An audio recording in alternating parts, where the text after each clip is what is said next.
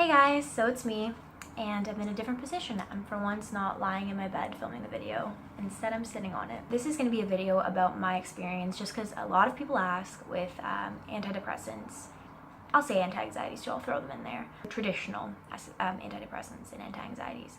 And I want to preface this by saying that everybody has different experiences, especially with SSRIs. And they're so just person-to-person basis. Just like I can't smoke weed for my life, I will have an existential crisis every single time. I went in when I was about maybe 2 years ago, 2015. I went in late in the year because I was feeling pretty depressed and I wanted to talk to somebody. In Canada, the only people covered by health plans usually are psychiatrists. So they're the people that give you medication. They're not really gonna give you any kind of therapy. They don't really want to talk about your life too much. They don't really care. They see you for about 15 minutes. They ask your general symptoms. At least this is the experience that I've had, and I've seen a lot of psychiatrists. So they give you a medication and they want to see you in a couple weeks to see how the medication is working. I went into it with the mindset that I trusted doctors. I thought they knew the best. I thought the SSRIs were some magic miracle cure, and I was just willing to do something. So I went in and they gave me Cipralex, which is a citalopram, which is an SSRI. Things just got so much worse, and the doctor convinced me that the reason things were getting worse was not the medication. They will never blame the medication, honestly. They blamed the fact that I was a young adult, and maybe these things were now showing up in me because this is the time the mental illness really exacerbates itself. Told me that maybe it was really clearing my mind, and because it was clearing my mind, it was making me depressed. Because now I could now feel the depression better. That was literally his justification. And not just his, I went to other psychiatrists and they would never blame the medication.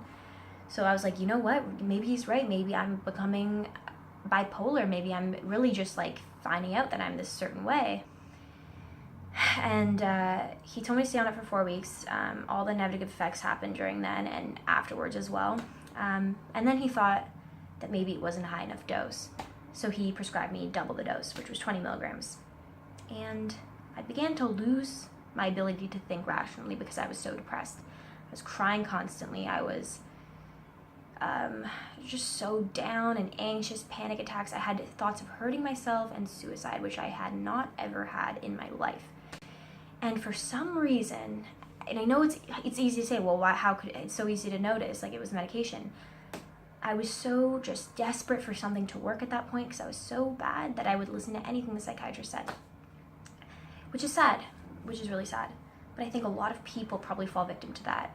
So then he decided to, along with SSRIs, prescribe me benzodiazepines, which is anti-anxiety, commonly known in forms like Xanax or Valium or clonazepam, Klonopin, or Ativan, those kind of genres of medications, which are highly addictive, have horrible withdrawal symptoms, and are just generally fucked for your brain. Like, they're not good to take long term, especially not at high doses. And I was prescribed, for my weight and my age, pretty high dose of clonazepam, which was 1 milligram 3 times a day. So 3 milligrams a day, which is a lot. And it's enough that it made me unable to think rationally. I couldn't learn anything. I couldn't read. My focus was off. I became a different human being.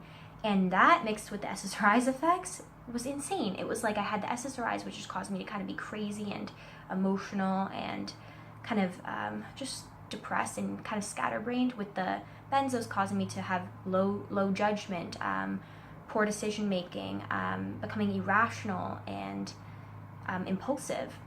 So this mix was not a good one, and I spent 4 months on that, with gradually switching SSRIs, maybe trying literally every single SSRI. I tried Zoloft, which is sertraline. I tried Prozac. I tried lead. I can't even remember the amount that I tried. I also ended up trying SNRIs, Effexor, etc. Literally can't remember all of them. I tried mood stabilizers. So eventually, I was at my last straw. Things were just going so poorly that I ended up deciding to stop everything. Oh, first of all, I had to wean off the Benzos because you can't quit cold turkey with them because they can kill you if you stop, or you have like just horrible withdrawals for like 3 months to like a year. So I weaned off those because I thought those were the problem, but I was still feeling like shit. So I decided to stop taking the SSRIs. I didn't even know that they were the problem yet, so I decided to stop taking them, and then I did shrooms. And the first thing the shrooms told me, which should have been clear the entire time, but for some reason wasn't, just because I was so depressed and couldn't think, is that look at yourself before all of this medication and treatment, and look at yourself now. And try to find the common denominator. And I did. And immediately it was like, stop taking this shit. And I did. And within a month after stopping, I was almost feeling back to my regular self. I would tell my psychiatrist this. I had basically 3 different ones at this point. I was going through a million, maybe 4 different ones actually. And I was telling him, and even he at first didn't think it was the medication. It's just so unthought of in that industry, because the reports on negative effects are not usually published. They're kind of thrown under the rug.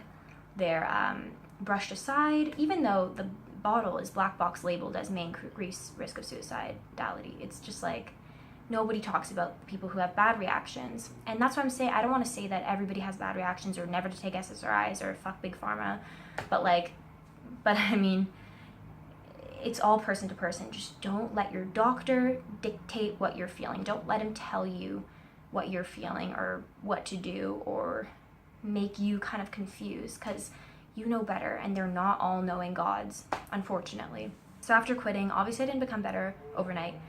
I ended up having to learn how to emotionally regulate myself again.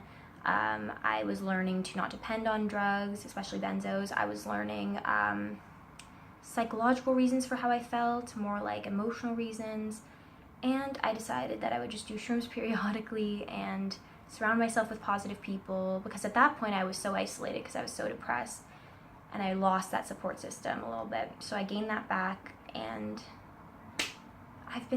this was maybe ended about May of 2016.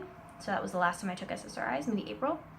And this has been September 2017, and I have been on the up 100%. I think you can look back at old videos and see that there's a clear difference of my mood, especially in the beginning. Trust yourself. Find alternative approaches to SSRIs. I would even say first, especially benzos, because they're fucking shit. And if they work for you 100%, that's amazing, but always try, I would try therapy first if you can. And I know it's hard because it's not covered a lot. Try Googling, symptoms of what you think you could have. It's so difficult, but just be careful with what you put in your body. Even that comes down to shrooms. Be careful. Thanks for listening. Hope that answered anybody's questions about those.